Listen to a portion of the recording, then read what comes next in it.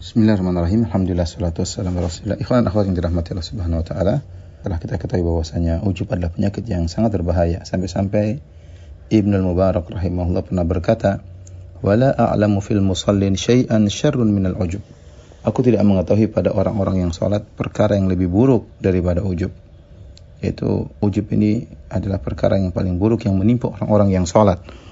Karena kita tahu sebagaimana pernah kita jelaskan, penyakit riya, penyakit ujub bukan menyerang orang-orang yang melakukan kemaksiatan, bahkan sering justru menyerang orang-orang yang memiliki ketaatan-ketaatan, rajin beribadah. Makanya benar perkataan Ibnu Mubarak, aku tidak mengetahui sesuatu yang lebih buruk pada orang-orang yang sholat, yang lebih buruk daripada ujub.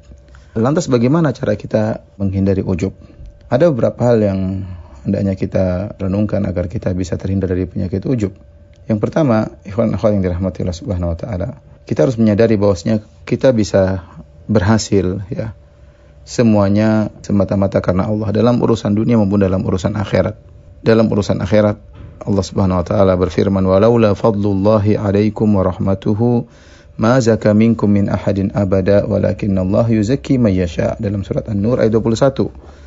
Sekiranya tidaklah karena karunia Allah dan rahmatnya kepada kalian, niscaya tidak seorang pun dari kalian akan bersih, itu tidak akan jadi soleh, ya, selama-lamanya. Tetapi Allah yang membersihkan, Allah yang mensucikan siapa yang dikehendakinya, yaitu Allah yang menjadikan orang yang soleh siapa yang Allah kehendaki.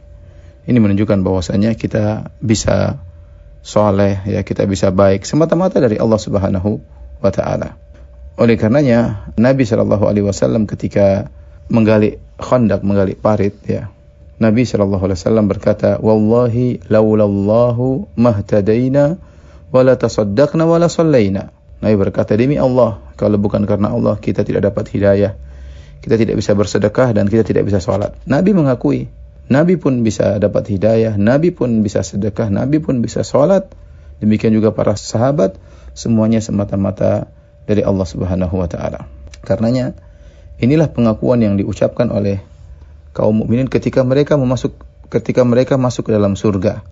Ya, Allah Subhanahu wa taala berfirman dalam surat Al-A'raf ayat 43, "Wa naza'na ma fi sudurihim min ghillin tajri min tahtihimul anhar wa qalu alhamdulillahilladzi hadana li hadza wa ma kunna linahtadiya laula an hadana Allah."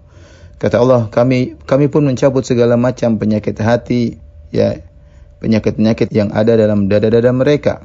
Mengalir di bawah mereka sungai-sungai, yaitu mereka dalam surga. Wa qalu, dan mereka berkata, penghuni surga mereka berkata, alhamdulillahilladzi hadana li hadza. Segala puji bagi Allah yang telah menunjukkan kami kepada surga. Wa ma kunna linahtadiya laula an hadana Allah. Kami tidak akan bisa mendapat hidayah, petunjuk, kalau bukan Allah yang beri petunjuk.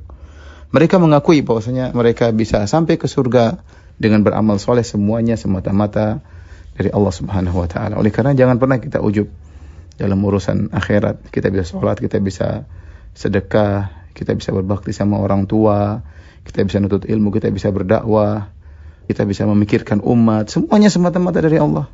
Bukan karena siapa-siapanya kita, bukan karena kehebatan kita. Kita katakan demi Allah, kalau bukan karena Allah kita nggak bisa begini. Demikian juga ketika kita bicara tentang perkara dunia, ya, kita pun serahkan semua karena Allah. Kita bisa berhasil dalam urusan dunia. Mungkin kita bisa punya rumah yang bagus, mungkin kita bisa punya usaha yang bagus, mungkin kita bisa punya perusahaan yang hebat. Ya, jangan kita bilang karena kita cerdas, jangan bilang karena kita banyak pengalaman. Ya ikhwan, ya akhwati, semuanya dari Allah.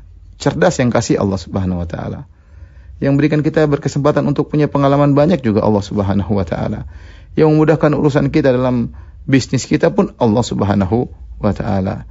Semuanya kemudahan dari Allah Subhanahu wa taala. Ketika kita sadar bahwasanya semuanya karena pertolongan Allah, maka insyaallah ujub akan terhempas dan terlepas dari kita. Ya, senantiasa kita merenungkan hal ini agar kita tahu bahwasanya semuanya semata-mata dari Allah Subhanahu wa taala.